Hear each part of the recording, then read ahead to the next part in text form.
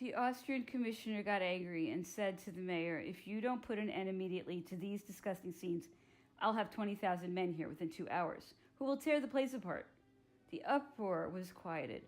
Orgon was too far from the center for the assassination attempt to be well organized. There too, however, some disgusting scenes occurred.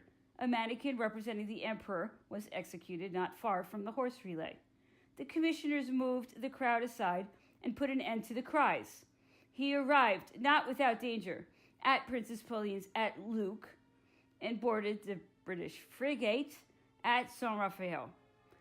Emperor dispatched General Drouot to inform General de Lesme and the local officials and population of his arrival.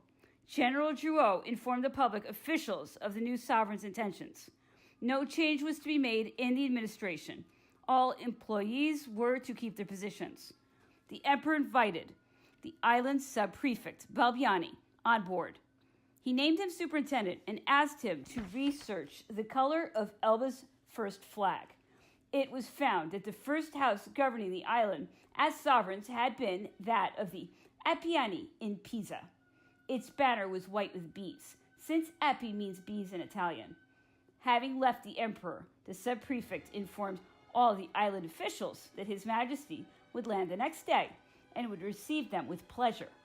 The island of Elba, located in the Mediterranean along the coast of Greater Tuscany, opposite Piombino, is 6 leagues in length and 2 leagues in width.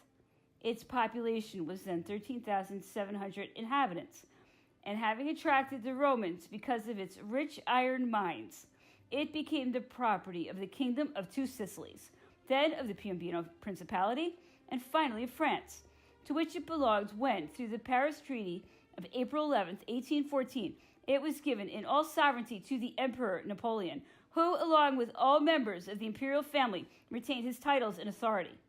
At 5 p.m., Generals Bertrand and Drouot landed, along with the Allied commissioners, and proceeded to the Étoile Fort and the offices of General de Lesme, commander of the island. On the spot, an official report was made of the takeover, carried out by General Drouot in the name of His Majesty, the Emperor Napoleon, of the island of Elba, its forts, batteries, buildings, military stores, and all property falling under the Crown's domain. Santini was secretly sent ashore by the emperor to sound out the feelings of the population. After returning on board, he reported that they were full of enthusiasm, that such a great man was becoming their sovereign. Early in April, an uprising had occurred in Marciana, and British troops had landed. On April 21st, the Porto Longone Italian garrison had mutinied and killed or wounded some of its officers. The mutineers had been driven out of the fort. They were roaming the countryside, enticing peasants to join the British. On April 27th, General de Lesme received from a British frigate the strange demand to hand over the island and its fort. Finally, on the 28th, the same frigate turned up with a truce flag, and an aide-de-camp to the war minister debarked, carrying dispatches from His Excellency to General de Lesme. They announced the emperor's abdication, his imminent arrival, and the fact that the island forts and artillery were to be handed over to him. The frigate's captain was invited ashore, and General de Lesme showed him the dispatches he had just received. The captain said he had known of their content for 2 days, but had to obey the orders of Commodore Montresor, who at the Livorno station did not yet know their contents. He then requested for himself and for the other ships of the Tuscany Coast Squadron permission to enter the harbor and salute the white royal standard that had just been raised. General de Lesme thanked him for this unaccustomed courtesy, but refused entry on the pretext that the appearance of British naval forces might cause trouble on the island.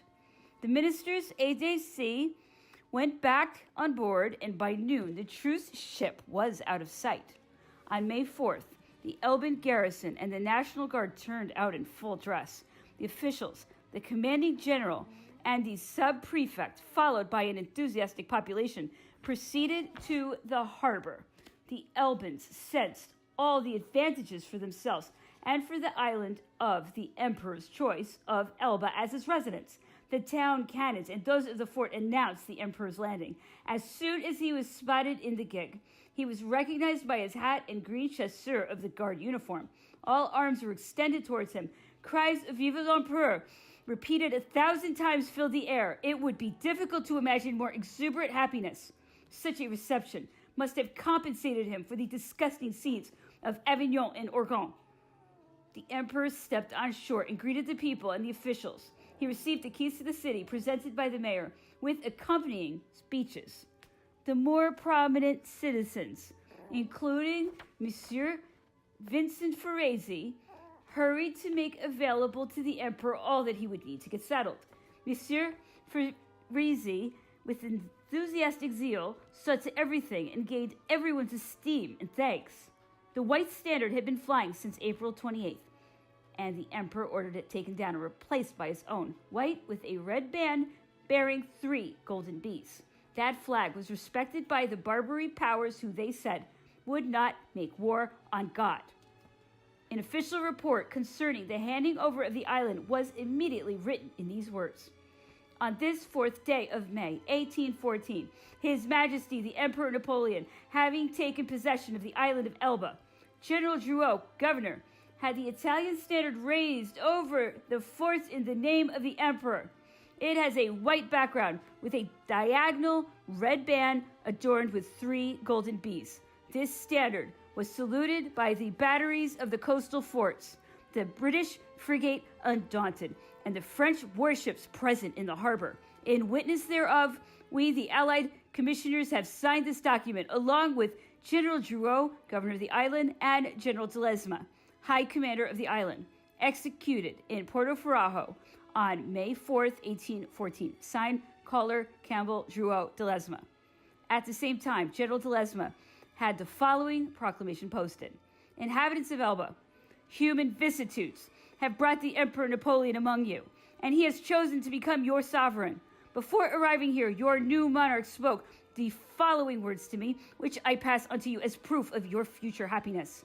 General, I have sacrificed my rights to the interests of the nation and kept for myself sovereignty and ownership of the island of Elba. All the powers have agreed to this. Tell this to the inhabitants and the choice I have made of their island because of their customs and climate. Tell them I shall take the greatest interest in them. People of Elba, these words require no comments. They are your destiny. The emperor has judged you well. I owe you that. People of Elba, I shall soon be leaving you, and this with great sorrow, as I sincerely love you. But thinking of your happiness will soften the bitterness of my departure, and wherever I may be, I shall always remember this island and the virtue of its inhabitants, and wish them well. Porto Ferrajo, May 4th, 1814, signed Brigadier General de Ledesma.